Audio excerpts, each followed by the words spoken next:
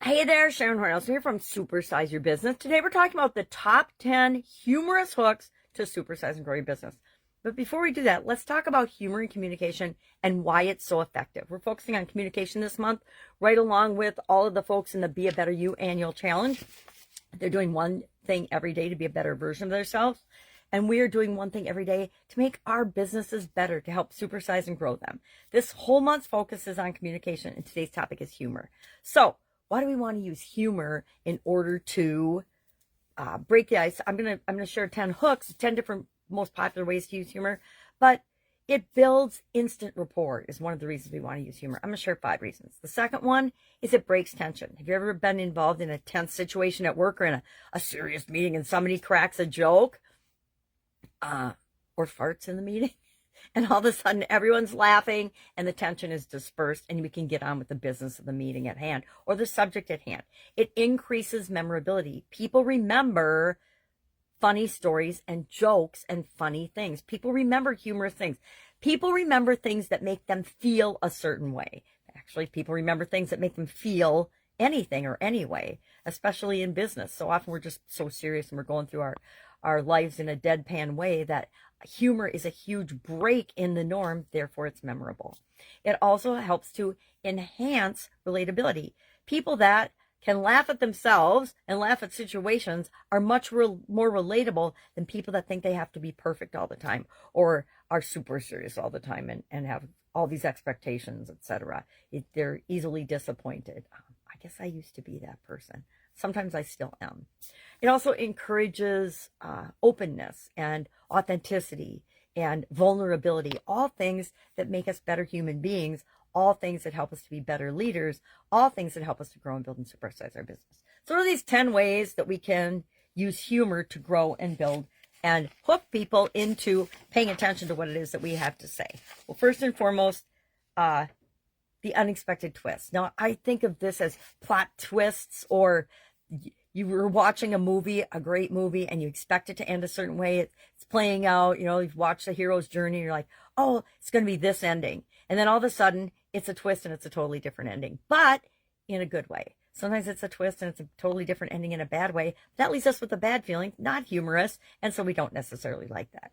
But plot twists and unexpected twists and turns make great humor in communication. The second one is self-deprecating humor, and that's probably the most common form, or one of the, not the most common, but one of the most common forms and uses of humor when we tell a story or we show that we're vulnerable in a humorous way. Words and puns are the third type of humor that's really, really popular. I talked about this a lot in the past as part of this group, Supersize Your Business.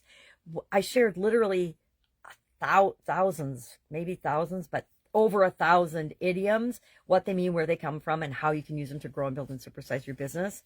Because I know the power of words and the twists of words and gaining understanding in our communication through humor is a powerful way to do that. A lot of jingles and marketing are punny or funny. Sometimes it works and sometimes it doesn't. We have to always keep in mind the audience and the person that we're speaking to, whether it's going to work or offend, right? I guess people that you offend remember you too, but that's not necessarily the way we want to be remembered. Fourth type of humor is exaggeration for effect. I've told you a million times that I don't exaggerate, or I've told you a million times, and I might be guilty of this with my granddaughters. I told you a million times. I've told you 5 times. I've asked you 10 times. Maybe I've only asked them twice, but or I'll say I've asked you a million times to put away your laundry or throw your dirty clothes downstairs, whatever. But that's exaggeration for effect. Also very popular in the news media. I guess I was going to say marketing, but now that I think about it, exaggeration for effect and outright lying is really popular in the mainstream media these days. So I don't think they mean it to be comedy, but many of us watching know that it's just a farce and comedy. Number 5 is observational humor. This is humor that is really relatable because it's things that we observe in our everyday lives. And people can really relate to things that they see all the time. The way certain people behave, the way certain groups behave. And again, there is no shortage of humor on social media right now. And I guess it's been that way always, but, or not always, but for a long time, there's been a lot of humor, and it goes both ways, right? To whatever you believe or don't believe. Sometimes something that I don't agree with at all is just so freaking funny. You have to like it because you're like, that is so outrageous and so ridiculous that it's funny. Number 6 is callbacks to previous conversations. This happens a lot when we're building relationships with people, or speakers use it a lot too. They'll mention something early on in their speech, and then they'll refer back to it in a humorous way as they go throughout the rest of their speech. It's a way to build momentum. It's a way to connect the dots through, I call it and I learned this from Barry Baumgartner, is the through line. And I knew about it before Barry, but she's the best one I know at describing it. So they actually have a through line and a journey that they're taking people through in their speaking. And we should do that, by the way, in all of our presentations, whether it's to your board of directors, to your department heads, to your organization, to a nonprofit organization. We ought to have a reason and a message that we're sharing. And one of the ways to keep pulling that message through the through line is by using humor.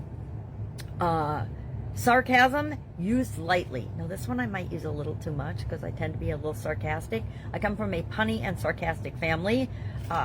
My mother's father, my grandfather, was the most witty, punny, quiet man I've ever met. But when he would say something, everybody would just break out laughing because it was so wise and so humorous and punny. It was just amazing. But sarcasm is one of those things we can use, but it has the great potential of offending people. So we need to use it a little bit wisely, right? You know, people use sarcasm when they're describing situations. Oh yeah, I just love being on hold for 3 hours to talk to my internet service provider or whatever. Yeah, it's a blast. Well, that's sarcastic. Probably not very many people are going to be offended by that, but some people will, because there's some people we can offend without even trying all of the time. 8, pop culture references to things that are popular today, popular in our culture. Television shows, popular movies, references to them can be very powerful and relatable to people, and that's a powerful way to use humor and to pull different things into the hooks that we're using to get people's attention. Number 9, playing with social norms. Social norms are the way people behave all the time. If you walk around with your phone in your face, people are tripping on curbs because they can't see past their telephone screen. Okay, you could go really dark with this. I was just thinking, somebody falls off a curb and gets hit by a dump truck because they're watching their phone. That's not funny at all. But who hasn't had that dump truck dream where you're just falling asleep and you fall off the curb and you wake up as a dump truck flies by and just barely misses you? I don't know what that means. I'm sure it means something, but it's kind of humorous in a cartoon-like way, not in a real way. And 10 is personalized humor, meaning tailoring the humor to the person or the group that you're speaking with. We had a lot of humor in one of my jobs in our department head meetings because everybody was good-natured and humorous, fun-loving. We loved and cared about one another, and we took care of each other in the organization, which opened us up to be vulnerable and use humor in ways that was tailored and specific to the individual and to the person at the time. And so it's a very powerful, very relatable way to use humor. And the more you know the person that you're interacting with, the more powerful and the more apt you are to use that, because you can use humor in a way that is engaging and builds on the relationship, doesn't destroy the relationship. So I love to know, do you use humor in your communication, in your organization, to grow and build and supersize your business? It is a shortcut way to garner people's attention and get them to pay attention to you and what it is that you have to share. And it's one of those things that I don't think I use enough, and I'm going to learn and practice on, and I encourage you to do the same. That's it. I'd love to hear your take on this particular topic of communication and humor. Share in the comments below so we can learn from one another. And I will, of course, be with you tomorrow with another communication topic to help us grow and build and supersize our businesses. Have an awesome day.